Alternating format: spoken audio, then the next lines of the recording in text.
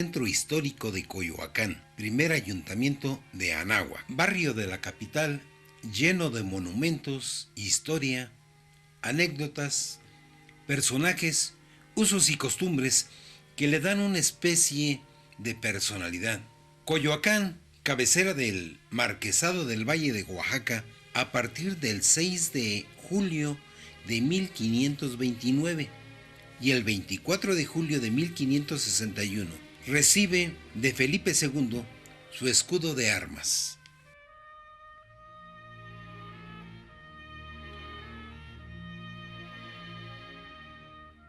Oye, papá, ¿y por dónde iniciamos nuestro recorrido? Bueno, nuestro recorrido lo vamos a iniciar por el Jardín Hidalgo, que es el centro de Coyoacán. El Jardín Hidalgo se encuentra entre las calles de Caballo Calco y Carrillo Puerto. Es el verdadero centro de Coyoacán. Es un parque donde se encuentra el hermoso kiosco decimonónico levantado por órdenes de Porfirio Díaz. Posee una cúpula con vitrales rematada con el águila republicana en bronce. Los fines de semana, además de los conciertos populares, hay mimos, espectáculos de danza, venta de artesanías, trovadores, grupos de baile, talleres al aire libre, exposiciones y mucha gente de todos los niveles sociales. Oye, papá, ¿y qué nos puedes decir del exconvento y parroquia de San Juan Bautista? Quizás es el edificio más importante de Coyoacán. Los dominicos levantaron un edificio provisional en 1528 sobre un calmeca cuyas ruinas se conservan bajo uno de los claustros del convento.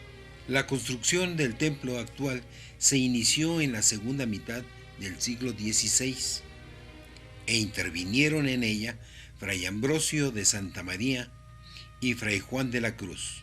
El templo fue objeto de cambios sucesivos durante los siglos XVIII y XIX. En enero de 1787, la iglesia necesitaba reparaciones, pero según registran los autos, el licenciado Manuel Quijano Zavala alegaba que el Marqués del Valle no tenía la obligación de pagar los 8,800 pesos que se necesitaban para iniciar la obra. Por ello, en 1789, el director de arquitectura de la Academia de San Carlos, don Antonio González Velázquez, realizó un presupuesto de reparación del templo en 21,728 pesos y el tiempo de la obra en 2 años. La planta arquitectónica del templo fue originalmente de tipo basilical, modificada a principios del siglo XX.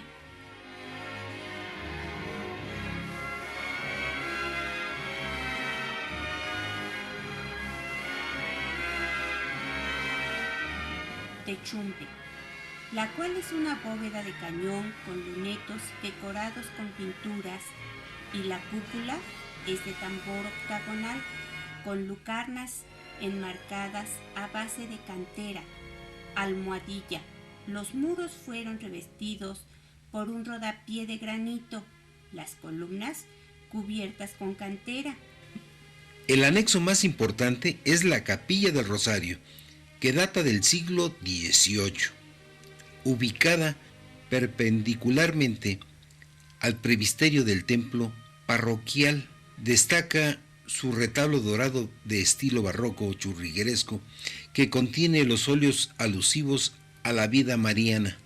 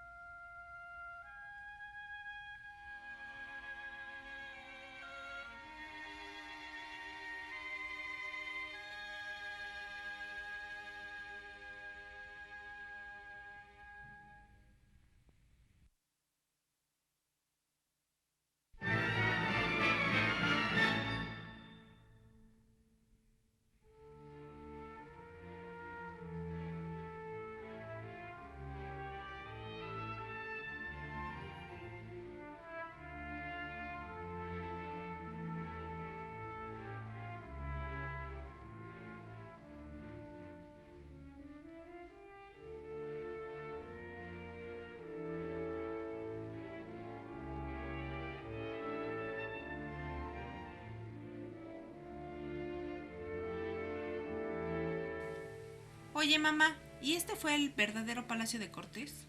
No, Yasmín, se le llama Palacio de Cortés, pero el conquistador jamás vivió en esta casa, pues es una edificación posterior, levantada en el siglo XVIII, hacia 1755, por órdenes de la familia Pignatelli, duques de Terranova y Monteleone, últimos descendientes de Cortés.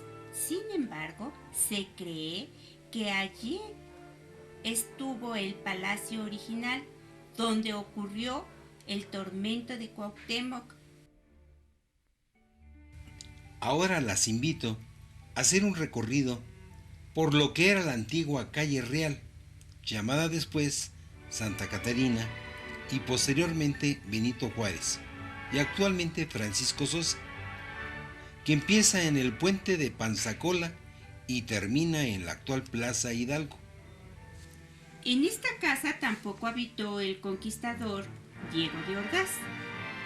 Fue construida en el siglo XVII. En su interior se encuentra un patio sevillano en donde todos los arriates están adornados con azulejos de mayólica. Hay una enfriadora de agua revestida de azulejos mallorquines. Novo escribió que los Duvernat, familia de la que procede el actual cronista de Coyoacán, al cambiar los pisos de la llamada Casa de Ordaz, encontraron túneles o comunicaciones subterráneas.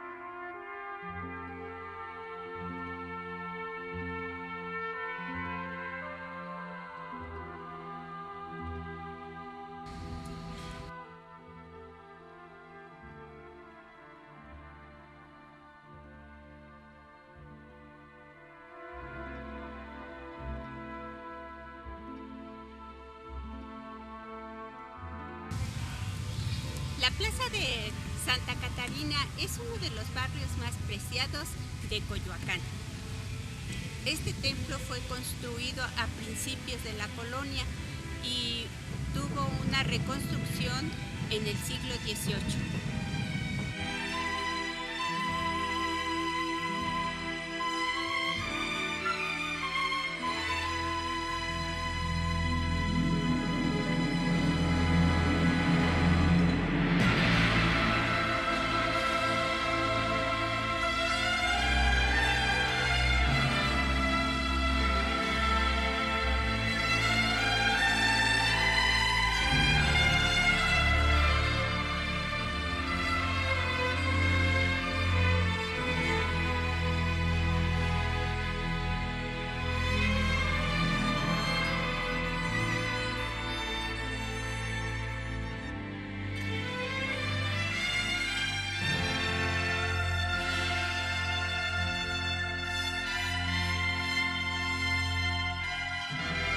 Frente a esta plaza se encuentra la Casa de la Cultura Jesús Reyes Heroles.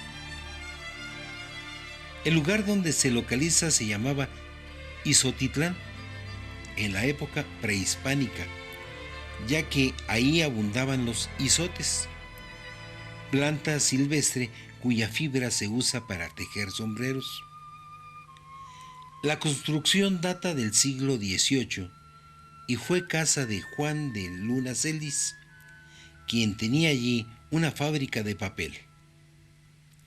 En el siglo XIX fue adquirida por la familia Espinosa de los Monteros y pasó a ser propiedad de Francisco Armida en 1912. En los años de 1940 se hicieron varias reformas y ampliaciones, sin alterar el estilo. En 1985 estaba en poder del gobierno, que la donó junto con otros solares para fundar la Casa de la Cultura, que lleva el nombre de uno de los más destacados políticos e intelectuales del siglo XX. Cuenta con 3 galerías de exposiciones, una galería gastronómica y 2 salones de usos múltiples, para conferencias, mesas redondas, seminarios, conciertos y presentaciones de libros.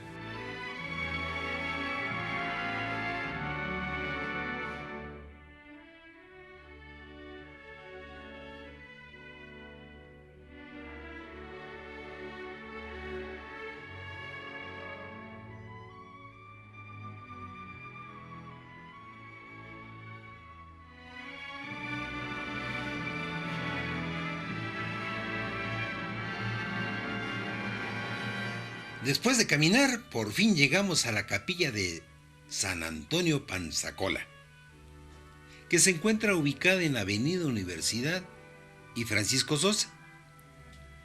En el pequeño y recóndito barrio de San Antonio, hoy asimilado al barrio de Santa Catarina, se encuentra una pequeña capilla dedicada a San Antonio Panzacola, que perteneció a los frailes carmelitas, situada junto a lo que fue un pintoresco puente de piedra sobre el río Magdalena.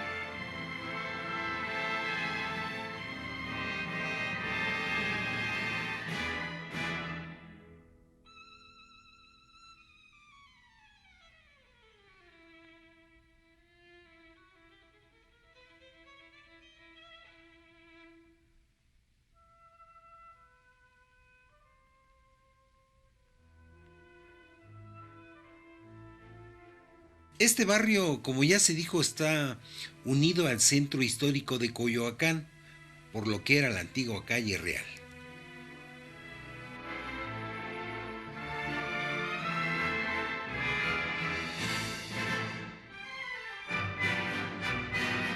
A unos cuantos metros de la capilla de San Antonio Panzacola se encuentra el Altillo, ubicada en la Avenida Universidad, Francisco Sosa y Miguel Ángel de Quevedo. El Altillo es un casco de antigua hacienda del mismo nombre que se sitúa al oriente del río Magdalena, las poblaciones de San Ángel y Coyoacán. La fachada del casco es de 2 pisos, con una espadaña del lado izquierdo. Junto al patio había una pequeña capilla familiar dedicada a San José, conservándose el retablo y la imagen originales. En 1951, doña Elena Piña Aguayo viuda de Sánchez Gavito, donó el casco y partes de los terrenos de la hacienda a la Congregación de los Misioneros del Espíritu Santo, y entre los años de 1955 y 1956 se construyó junto al casco una capilla diseñada por los arquitectos Enrique de la Mora y el ingeniero Fernando López Carmona, donde se da cita lo más refinado de la sociedad coyoacanense.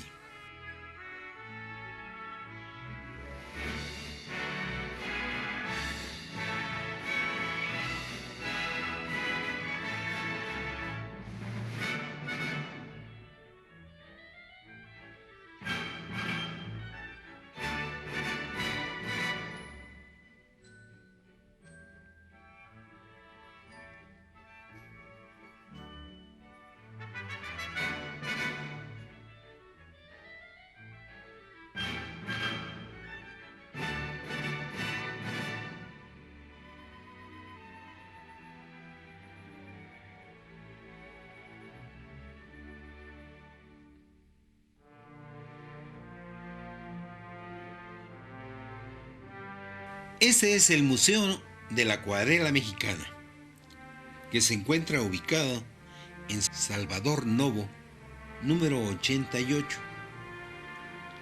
El Museo Nacional de la Acuarela Alfredo Guati Rojo fue fundado en el año de 1967 por el maestro Rojo, dedicado durante más de 40 años a la enseñanza y difusión de la acuarela, tanto en México como en el extranjero. El museo rescata la tradición de la acuarela en México, que, a decir de sus fundadores, tiene sus raíces en los pueblos prehispánicos que utilizaban pigmentos disueltos al agua. En cualquier caso, el museo, a través de sus cursos y talleres, fomenta este difícil y colorido oficio.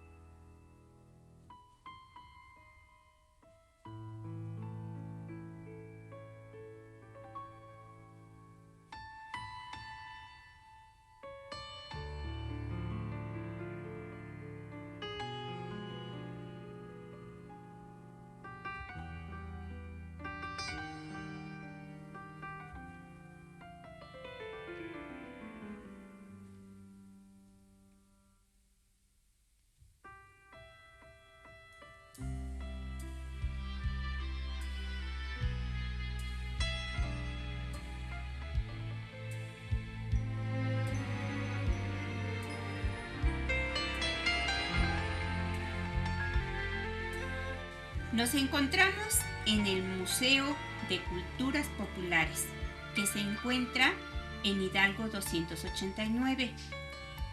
Fue fundado en 1983 por el maestro Guillermo Bonfil. Este museo es un espacio donde se documentan, estudian, preservan, difunden y promueven las diversas manifestaciones de la cultura popular e indígena. Realiza exposiciones temporales de pequeño, mediano y gran formato, con las cuales se busca la preservación, el conocimiento y la difusión del arte popular mexicano.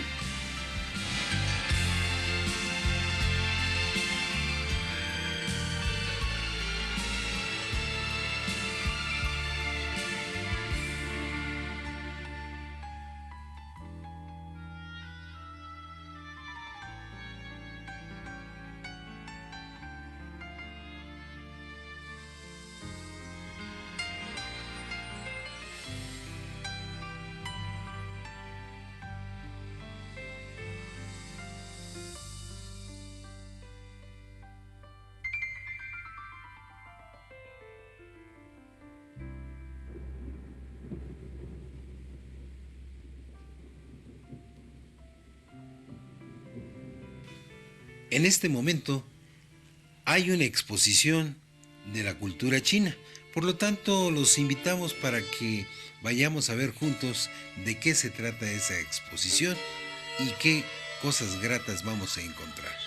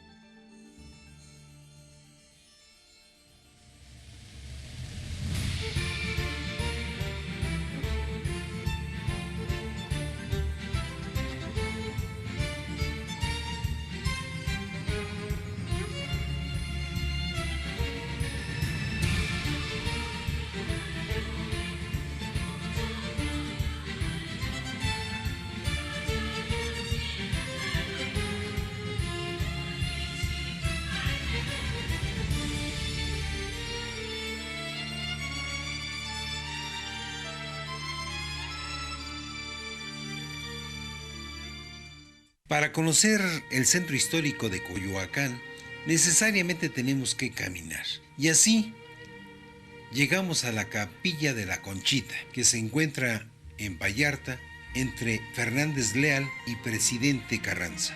En la Plaza de la Conchita se encuentra lo que fue probablemente el primer edificio cristiano de la ciudad, o más precisamente, allí estuvo ese edificio.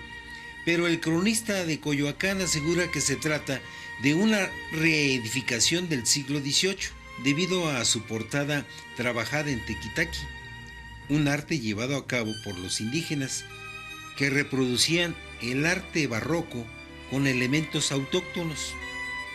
La fachada parece un trabajo de deshilado elaborado en piedra,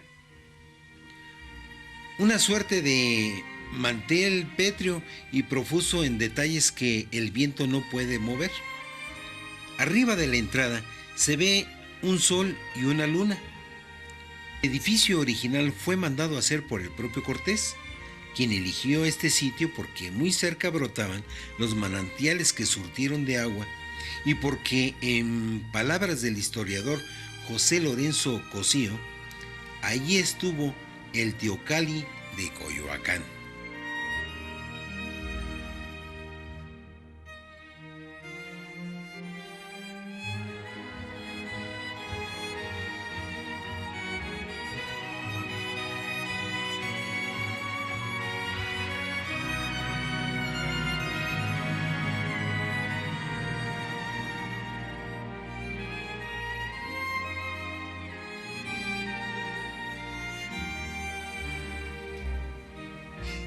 Muy cerca del Templo de la Conchita se encuentra la Casa Colorada, entre las calles de Higuera 57, esquina con Vallarta. En otro de esos mitos de los que está lleno Coyoacán, se dice que en la Casa Colorada vivió la Malinche. Eso no es verdad. Los historiadores lo ubican como el primer asentamiento hispano del Valle de México, el primer campamento militar de Hernán Cortés, tiempos de la consumación de la conquista. Es una hermosa casa de tezontle, adornada con ajaracas y restaurada durante el siglo XVIII. Así pues, no toque usted el timbre. La Malinche no está en casa. Casi contra esquina de la llamada Casa de la Malinche se encuentra la Casa de los Camilos, que está ubicada en Fernández Leal y Pacífico. Esta casa fue residencia de los padres Camilos, orden religiosa fundada por Camilo de Lelis, patrón de los hospitales y los enfermos. La casa fue construida en el siglo XVII, ubicada sobre el antiguo Camino Real de Coyoacán a Oaxaca, para descanso de los viajeros y como hospicio de los desamparados. Es notable su pequeño portal construido en piedra negra. Actualmente funciona como un AA. Anteriormente fue un restaurante, pero a lo largo del siglo XX fue cine y café.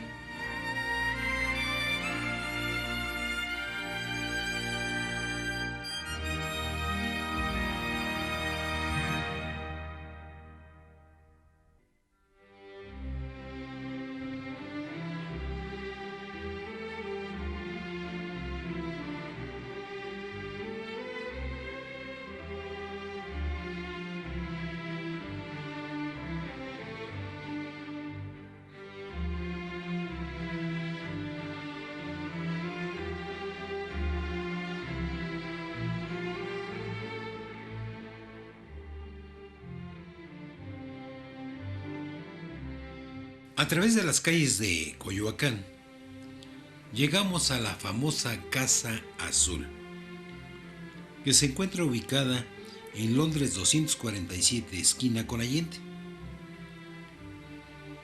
En 1904, Guillermo Kahlo comenzó la construcción de su casa en un terreno adquirido de los carmelitas, que formó parte de la Hacienda del Carmen, en la llamada Casa Azul.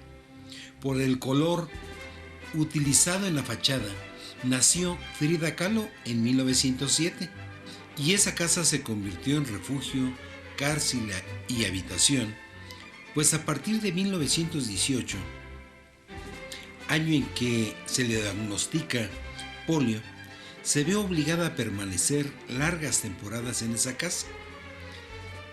Como ven, en la casa hay una pirámide escalonada, un espejo de agua y un cielo raso diseñado por Mardoño Magaña, una decoración en mosaico de piedras naturales. Frida murió en el piso superior de esta casa el 13 de julio de 1954, a la edad de 47 años.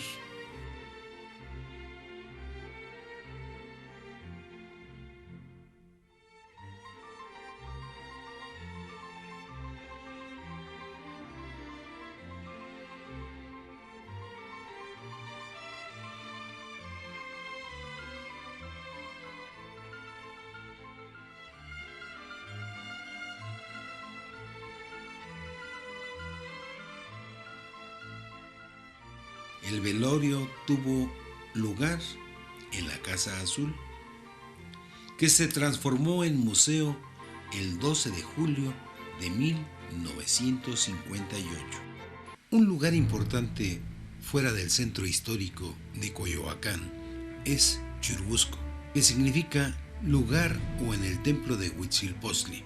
Los primeros hermanos menores establecieron un conventillo que en 1580 pasó a manos de los dieguinos, recién llegados al país. Estos levantaron una pobre casa y 2 capillas pequeñas, pero gracias a la munificencia del matrimonio Castillo, en 1678 pudieron inaugurar cómoda residencia y suntuoso templo. En 1776 se colocó el altar churrigueresco dedicado a Nuestra Señora de Guadalupe, y en 1808 se completó la rica decoración de azulejos que exorna la mayoría de las dependencias. El 20 de agosto de 1847, este convento fue el escenario de una enconada batalla contra los norteamericanos. Reparado en parte, el templo volvió a abrirse al culto. En 1861, los religiosos fueron exclaustrados. En 1920, el edificio se destinó a la guarda y exhibición de objetos coloniales, y en 1981 se instaló allí el Museo de las Intervenciones. En nuestra visita nos encontramos que mensualmente hay un personaje que narra lo que él vivió durante la intervención que corresponde en esta ocasión a la intervención americana, por lo que con una cámara un tanto escondida pudimos hacer una filmación de manera clandestina. Por eso no están debidamente encuadradas las imágenes, pero podemos gozar de ellas. Y con ello damos por terminado nuestro recorrido por el centro histórico de Como pueden ver, Coyoacán. yo no era ningún vecino de Churubusco, ni tampoco vivía acá en el convento como monje, no. Yo soy irlandés de buena cepa, católico a mayor detalle. Yo nací en la vieja Irlanda, la Isla Verde. Digo que nací en momentos muy difíciles, de hambruna, de escasez, y sobre todo teníamos un problema, los malditos casacas rojas. Los soldados de su majestad, el rey de Inglaterra, estaban invadiendo nuestra isla. Así que por eso, yo y muchos otros, decidimos partir rumbo a América. Tomamos un barco y nos fuimos para allá en busca de fortuna. Y bueno, si no de fortuna, al menos de la fortuna de tener una parcelita donde echar unos maicitos, unos frijolitos, unas calabacitas, tener una vaquita, hacer una hacienda. ¿Y todo para qué? Para traer a mi prometida, Shiny. Shiny. Casi puedo verla todavía. Con su piel nacarada, blanca, sus pecas cubriéndole esa nariz tan finita que tenía, unos ojos azules, profundos, un cabello rojo, fuego. ¡Ah! Irlandés al fin y al cabo. No me he presentado. Mi nombre es... Bueno, en realidad es ahí donde empieza toda la historia. Los libros me conocen como John O'Reilly. Capitán John O'Reilly, líder del batallón San Patricio. Sí saben quiénes fueron los del batallón San Patricio, ¿verdad? Sí. Bueno, los que no sepan, no se preocupen, ya se van a enterar. Y los que ya saben, se van a enterar de algunas cosas nuevas también. Lo que sí les voy a decir es que el batallón San Patricio dio un ejemplo muy importante. Un ejemplo trascendental para momentos tan difíciles como los que estamos. Yo cuando llegué a Nueva York, escuchaba una palabra, todo el mundo hablaba, yo no entendía muy bien de qué se trataba, pero todo el mundo decía Texas por aquí, Texas por allá, Texas, Texas. Después me di cuenta, señor, que querían decir Texas, Texas. Texas, que por entonces era uno de los territorios más al norte de México. Se organizaban caravanas enteras, cientos de personas que iban con sus carretas y todas sus familias para sentarse allá. El gobierno de México se empezó a dar cuenta que eran demasiados y entonces empezó a llamarnos a nosotros, los irlandeses, para que fuéramos a colonizar la zona. Usted puede pensar que a lo mejor es algo muy chistoso que vayan y traigan por otros extranjeros para colonizar una zona porque hay otros extranjeros que están colonizando, pero lo que pasa es que nosotros somos católicos como los mexicanos, por eso nos confiaban más. Nos regalaba tierras y íbamos. Sin embargo, fracasó la estrategia del gobierno mexicano y para el 2 de marzo de 1836 había tantos protestantes en Texas que decidieron declarar la independencia.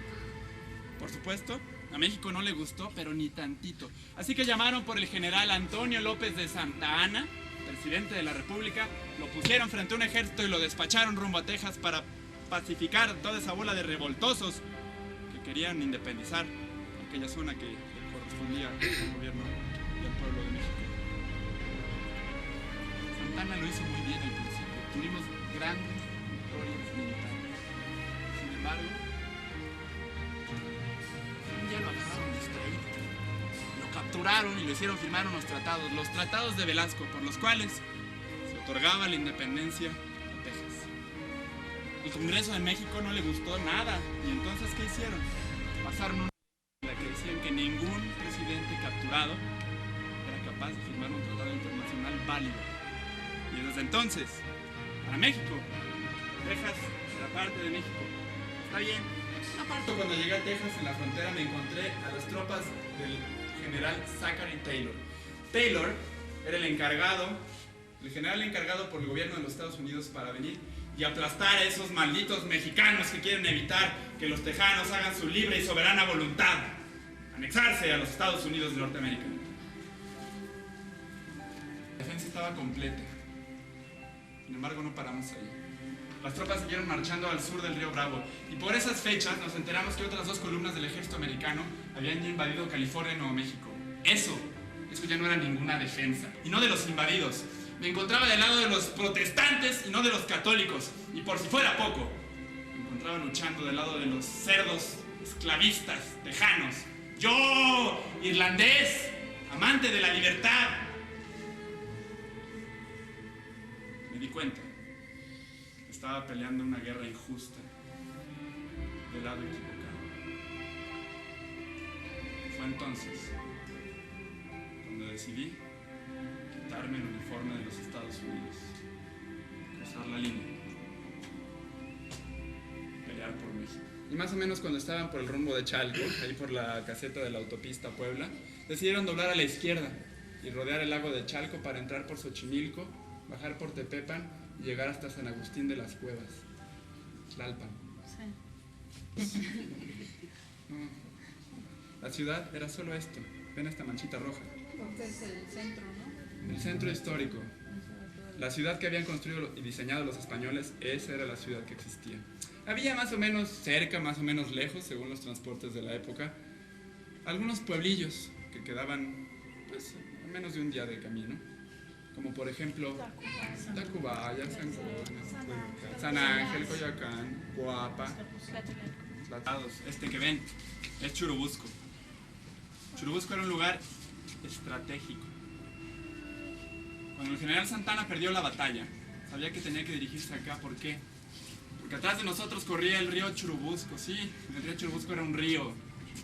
Había agua. Y transparente, y mucha. Acá al lado teníamos la calzada de Tlalpan, que marchaba todo el rumbo hacia San Agustín de las Cuevas. De este lado, Coyoacán. Para allá, Contreras. Era un corazón estratégico. Nosotros, cuando llegó el general Santana, recibimos las órdenes del general Rincón y el general Anaya de defender la plaza por el tiempo que se pudiera. Lo que teníamos que hacer era intentar detener al ejército de los Estados Unidos para que no avanzaran hacia la ciudad. Había que darles tiempo para organizar las últimas líneas de defensa, allá por el rumbo de San Antonio, la garita del Niño Perdido. Había gente que venía marchando por la calzada de Tlalpan.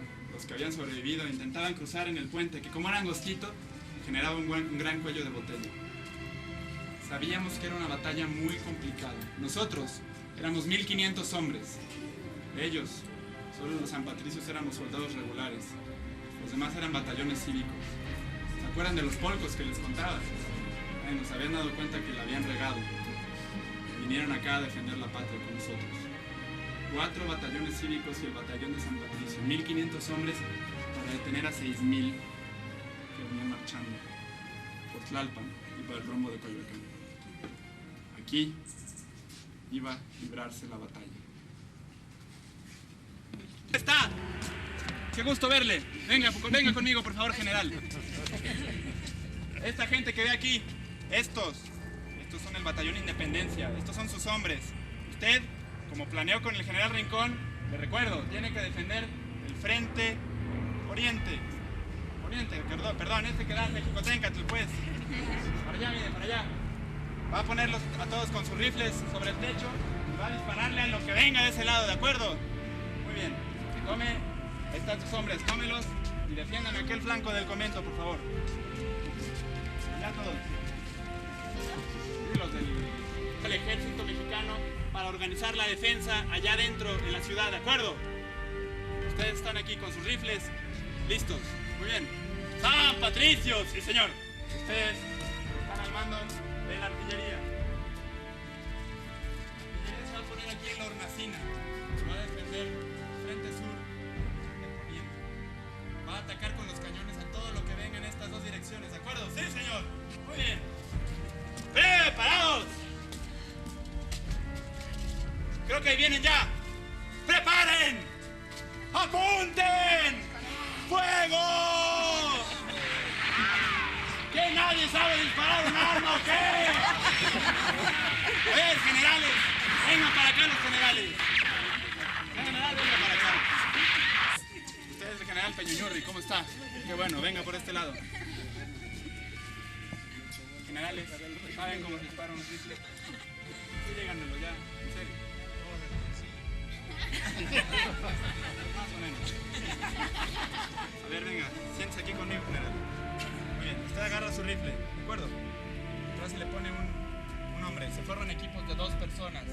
Van a preparar el rifle. Les voy a enseñar cómo. Toma el rifle. No se lo apunte al ojo nomás, general. Se vuela. Pone un papelito. Toma la pólvora. Una bala. Y amartilla con la varilla. ¡Pac, pac, pac, pac! ¿De acuerdo? Ya está listo para disparar. Prepara, apunta y ¡pam! Dispara. Perfecto, ya que disparó, se levanta, deja que pase el de atrás. El de atrás pasa, brinca, dispara. Ustedes están mientras tanto preparando. Dispare, ¡pam! Ya usted se preparó, perfecto. Se parece a ametralladora. Muy bien, muy bien. Y usted le toca enfriarlo. ¿Cómo se enfría un cañón? Con agua, perfecto. Los cañones se calientan. Ya si se calientan, queman. Y no disparan.